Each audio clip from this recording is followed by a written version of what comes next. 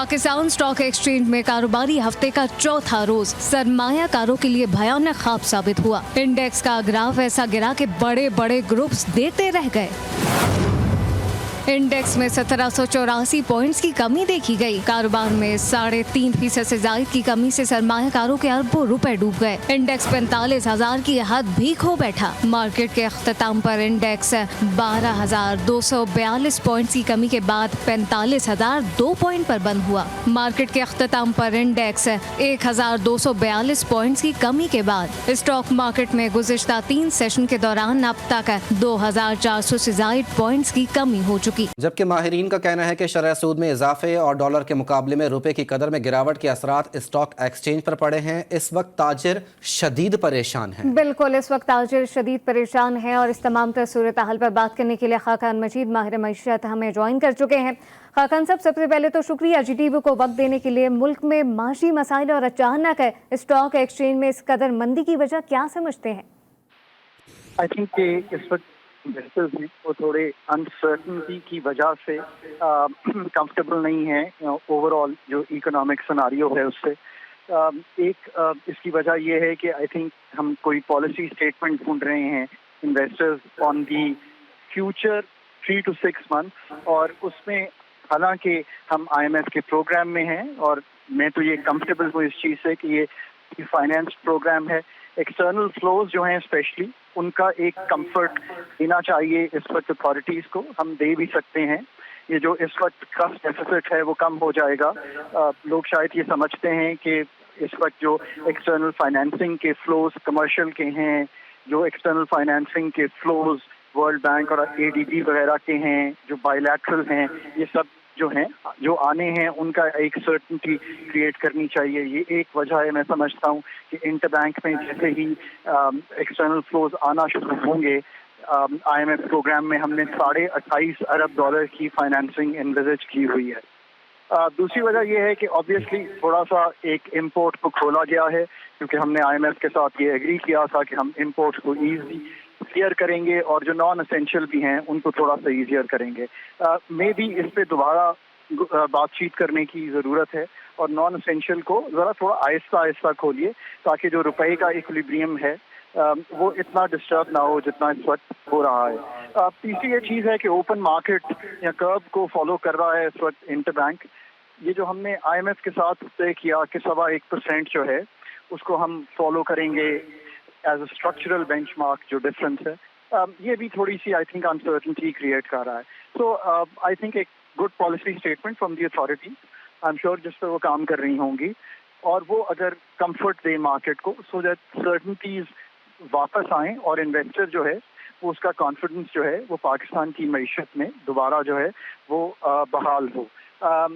दूसरी चीज़ ये है कि जो इस वक्त हमारी मॉनेटरी पॉलिसी की टाइटनिंग है उसने अफेक्ट किया है स्टॉक मार्केट के सेंटिमेंट को।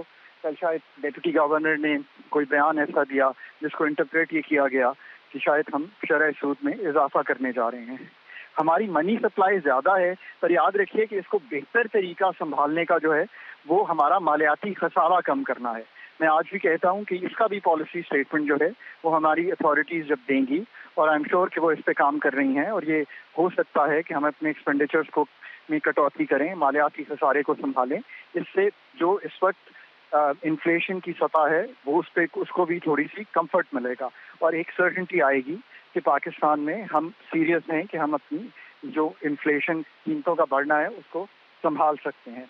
अब ये सारे वो अनासर हैं जिन पे सर्टेनिटी, पॉलिसी स्टेटमेंट्स, पाकिस्तान की ये जो बिलों का इलेक्ट्रिसिटी का मसला है इसकी जल्द जैसे आप कहेंगे क्लियरेंस कि हमने स्टैगर कर दिया है, जो भी और इंस्ट्रूमेंट यूज़ करना चाहती है हुकूमत।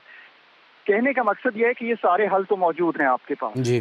कहने का मकसद ये है कि ये ज़्यादा अनसर्टनिटी क्रिएट हो गई है मार्केट में कंपेयर टू जो होनी चाहिए थी। इसका रिमूवल, इसको कंफर्ट देना, इसको दोबारा जिसे कहेंगे मार्केट के कॉन्फिडेंस को बहाल करना, ये सारी चीज़ें जो हैं ये आई थिंक हमारे पास मौजूद हैं और हमें इनको इस्तेमाल करते हुए आगे बढ़ना चाहिए। बिल्कुल, ताजिर शदीद मुआशी बहरान से इस वक्त परेशान है। डॉक्टर खाकान नजीब माहिर माशियत हमारे साथ मौजूद थे। आपके वक्त का बहुत शुक्रिया। निगरां हुकूमत के दौर में माशी बहरान और डॉलर की कदर में मुसलसल इजाफे के बायस स्टॉक मार्केट के सरमायाकार मोहतात हो गए हैं। गुज़िश्ता 1.5 साल में स्टॉक मार्केट पहली बार क्रैश हो गई। 100 इंडेक्स 1200 से ज्यादा पॉइंट्स की कमी के बायस 45,000 की सतह पर बंद हुआ। शदीद मंदी के बायस सरमायाकारों के 118 अरब रुपए डूब गए हैं। मजीद जानते हैं अपने नुमाइंदे असगर अजीम से। असगर, बताइएगा शदीद मंदी का रुझान है इस वक्त?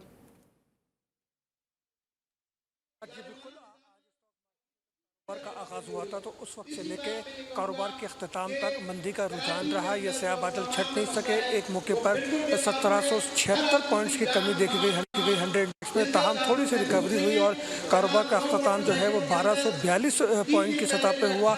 इस दौरान देखा जाए तो 46,000 और 47,000 की नफसियाती हद इंडेक्स गंवा बैठा। ये निगरां हुकूमत के दौर में सबसे बड़ी जो है वो 100 इंडेक्स में कमी थी, जो कि 1242 पॉइंट पर जाके बंद हुई। 1.5 साल के बाद पहला ये मौका है कि यहाँ पर ये सूरत हाल देखने में आई। दूसरी जानिब जो प्रॉफिट टेकिंग का रुझान था सरमायाकारों में वो बढ़ गया है, जिसकी वजह से जो है इंडेक्स मंदी के रुझान में इजाफा हुआ है। आपको ये बताते चले कि जो डॉलर के रेट है वो जो है अब तक जो निगरां हुकूमत है उसमें अब तक बहुत ज़्यादा जो है इसमें तेज़ी देखी कोई इसको कंट्रोल करने वाला नहीं है, जिसकी वजह से दीगर सेक्टर पे भी इसका असर हो रहा है और खासकर सरमायाकार मोहतात हुए हैं। और इस मंदी के बायस जो 180 अरब रुपए का जो है वो नुकसान हुआ है। सरमायाकारों के पैसे डूब गए हैं।